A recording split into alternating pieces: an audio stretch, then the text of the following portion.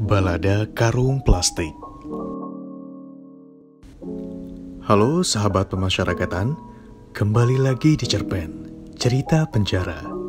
Di sini kami akan menceritakan berbagai kisah dari pemasyarakatan. Cerita kali ini datang dari sebuah cerpen karya salah satu warga binaan Rutan Kelas 2B Sidrap, berjudul Balada Karung Plastik. Cerpen ini merupakan peserta lomba cerpen kategori warga binaan pemasyarakatan Piala Menteri Hukum dan Hak Asasi Manusia tahun 2020.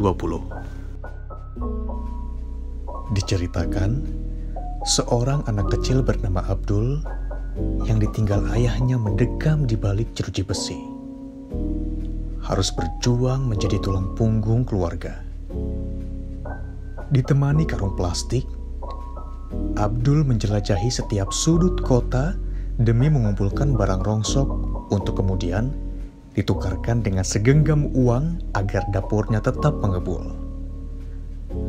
Pandemi yang tengah terjadi memaksa orang-orang untuk tetap di rumah, mengakibatkan berkurangnya jumlah rongsokan yang bisa dikumpulkan Abdul. Tetapi hidup harus tetap berjalan. Penasaran dengan kisah selengkapnya? Mari kita saksikan bersama. Sebelum kita lanjut, jangan lupa like, komen, subscribe, dan follow semua akun media sosial di Jenpas agar tidak ketinggalan berita terbaru dari pemasyarakatan. Balada Karung Plastik karya warga binaan pemasyarakatan Rutan Kelas 2B Sidrap. Namaku Plastik. Nama yang sesuai karena aku sebenarnya adalah karung yang terbuat dari jalinan benang plastik yang teranyam rapat. Warna putihku sudah mulai memudar termakan usia. Bercak-bercak noda kecoklatan menggumpal hingga di dasar tubuhku. Noda itu berasal dari sisa-sisa sampah yang memang selalu mengisi rongga kosong di tengah badanku setiap hari. Sampah yang dikumpulkan oleh seorang bocah berumur 12 tahun bernama Abdul. Sosok anak kecil yang menjadikanku sebuah karung plastik sebagai sahabatnya, tempat ia mencurahkan seluruh keluh kesah dan curahan hatinya. Sudah setahun ini, setiap hari aku selalu setia menemani Abdul mengelilingi kota tempat ia tinggal bersama ibu dan adiknya. Mengais dari satu tempat sampah ke tempat sampah lainnya. Mengumpulkan barang-barang plastik yang sudah tidak diperlukan oleh pemiliknya.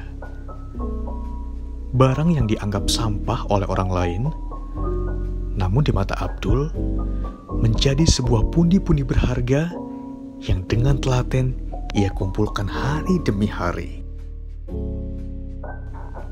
Setiap sore, barang rongsokan yang ia kumpulkan akan dibawa untuk ditukarkan dengan sejumlah uang. Uang yang akan digunakan untuk menyalakan asap di dapur rumahnya, serta ia sisihkan untuk ia berikan kepada ayahnya yang sedang berada di penjara. Ayah Abdul harus mendekam di balik terali besi untuk mempertanggungjawabkan perbuatannya. Karena desakan ekonomi, ayah Abdul secara gelap mata melakukan pekerjaan yang melawan hukum. Sejak ditangkap setahun yang lalu, Abdul yang masih berusia muda itu terpaksa menanggung beban sebagai kepala keluarga sekaligus tulang punggung bagi keluarga kecilnya. Satu-satunya pekerjaan yang ia tahu adalah mengumpulkan barang bekas untuk dijual ke pengumpul. Lagi pula, apa yang bisa diharapkan dari seorang anak kecil berusia 11 tahun yang terpaksa harus mengorbankan masa kecilnya dengan bekerja membanting tulang sambil terus melanjutkan pendidikannya.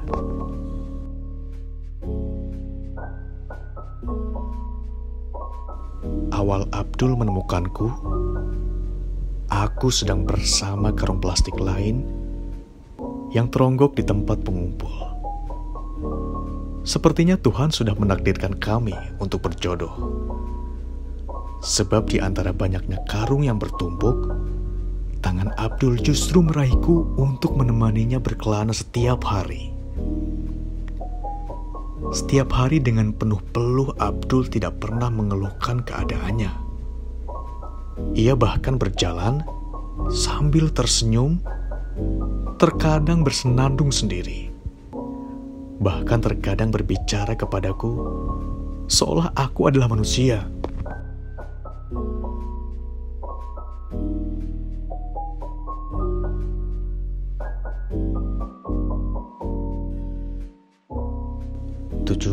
Agustus tahun 45, itulah hari kemerdekaan kita. Abdul terus menyenandungkan lagu itu sepanjang perjalanan kami seperti biasanya. Hari ini sudah memasuki bulan Agustus. Hiasan bernuansa merah putih mulai menghiasi sudut-sudut jalan.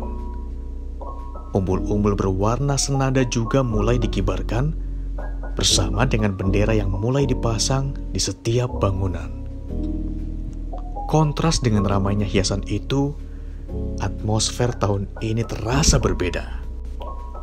Jalanan yang dulu selalu ramai dengan lalu lalang kendaraan tampak lengang. Keramaian yang biasanya menghiasi taman-taman kota juga mulai sepi. Bahkan, pasar tempat favorit Abdul mencari barang sekaligus tempat biasanya rongga tubuhku langsung terisi penuh oleh barang incaran Abdul juga tidak seperti biasanya. Sekarang aku hanya akan terisi hingga setengah setiap Abdul mengunjungi pasar. Aku pernah mendengar samar-samar percakapan antara Abdul dengan pengumpul bahwa sekarang sedang terjadi sebuah pandemi. Sebuah virus sedang mengancam kehidupan semua orang. Pandemi itu apa? Aku juga tidak tahu. Mereka juga sepertinya tidak begitu paham. Mungkin bisa jadi artinya orang-orang sedang liburan. Bisa jadi artinya orang-orang tidak bisa berkegiatan. Atau bisa jadi artinya orang-orang sedang sibuk sendiri-sendiri. Entah. Tetapi yang pasti, sejak pandemi ini muncul, orang-orang mulai beraktivitas secara terbatas. Orang-orang juga selalu memakai penutup kain di wajah mereka kemanapun mereka pergi. Tidak ada keramaian di taman kota. Tidak ada lagi kesibukan di jalan kota.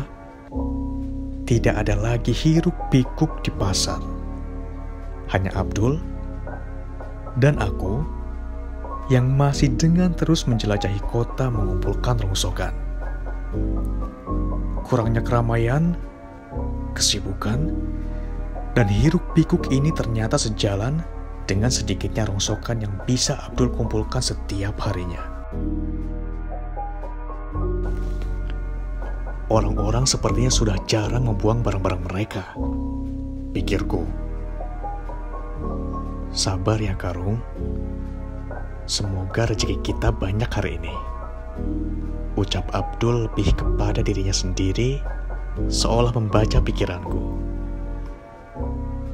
Kita sudah beberapa bulan ini susah mengumpulkan uang. Semoga hari ini dapat banyak, biar bisa beli tambahan makanan buat ibu sama adik di rumah. Walaupun hanya sebuah karung plastik, tapi aku paham, jika isi rongga tubuhku sedikit, maka itu artinya sedikit pula pundi-pundi yang Abdul bisa berikan kepada keluarganya. Tapi, jika tubuhku penuh sampai mengembung, itu artinya ada lebih banyak yang Abdul bisa bagikan kepada keluarganya. Aku rela jika tubuhku kotor, terkena lumpur, atau jika anyaman di tubuhku terurai akibat menahan beban, jika itu berarti bahwa lebih banyak rezeki untuk Abdul, aku tak masalah. Mumpung libur, kita jalan terus ya Karung. Jangan cepat sobek, biar bisa menampung banyak. Semua tugas dari sekolah sudah beres. Jadi, kita bisa jalan lebih jauh hari ini. Harap Abdul kepadaku dengan sorot mata yang menatapku penuh harap dan senyum simpul yang tak pernah terhapus dari wajahnya.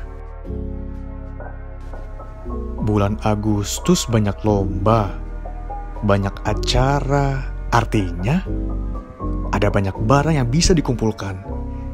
Kita tidak boleh putus harapan. Selama kita masih bisa berdoa dan berharap, kita pasti masih bisa bertahan. Sambung Abdul dari balik masker yang menutupi setengah wajahnya. Kita tidak boleh pernah kalah oleh keadaan. Kita harus bisa terus berjuang menyambung hidup. Itu yang menjadikan kita layak disebut sebagai seorang manusia. Jangan mau kalah sama pandemi. Kita jauh lebih kuat. Pandemi mungkin membatasi kita, tapi tidak menyurutkan semangat kita. Selama kita masih bisa berpikir, maka api tidak akan pernah padam. Kitalah yang menentukan hidup kita, bukan pandemi ini. Lanjut Abdul dengan serius, sambil terus memusatkan perhatiannya kepadaku. Seolah ia sedang berbicara dengan orang lain.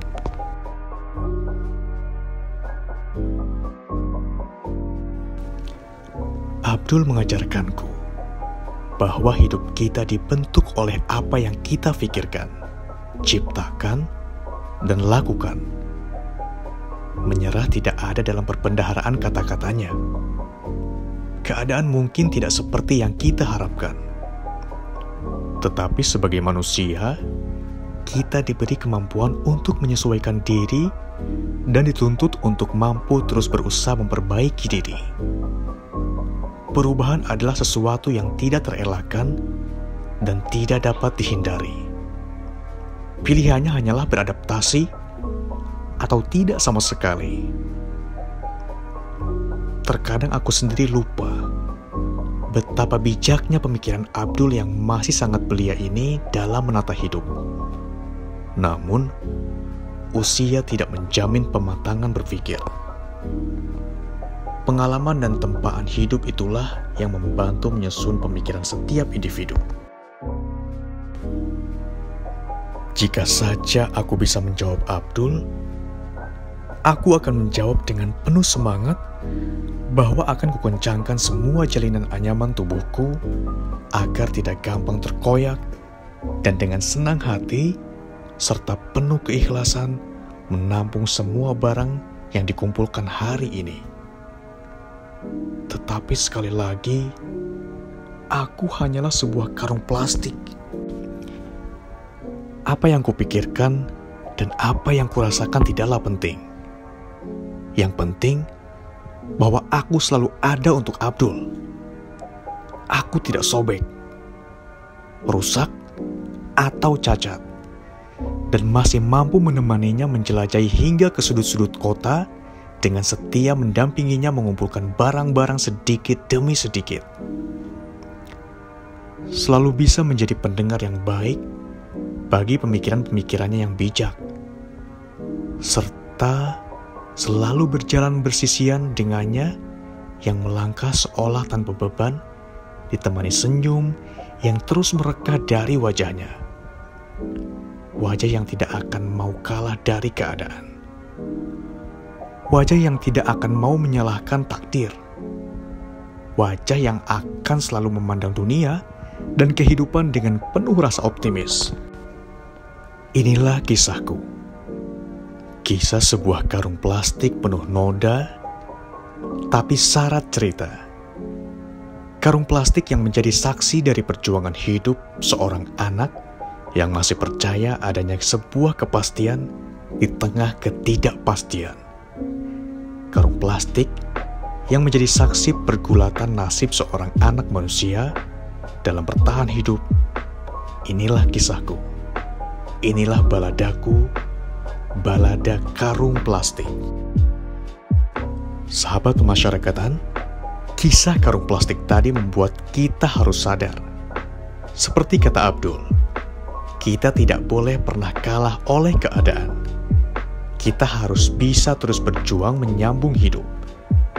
Itu yang menjadikan kita layak disebut sebagai seorang manusia. Jangan mau kalah sama pandemi. Kita jauh lebih kuat. Pandemi mungkin membatasi kita, tapi tidak menyurutkan semangat kita. Selama kita masih bisa berpikir, maka api tidak akan pernah padam. Kitalah yang menentukan hidup kita, bukan pandemi ini. Tetap semangat dalam menghadapi kondisi pandemi ini, jaga kesehatan, dan tetap patuhi protokol kesehatan. Semoga pandemi ini cepat berakhir. Terima kasih sudah mendengarkan sampai akhir. Sampai jumpa di episode cerpen berikutnya. Indonesia tangguh, Indonesia tumbuh. Pemasyarakatan pasti.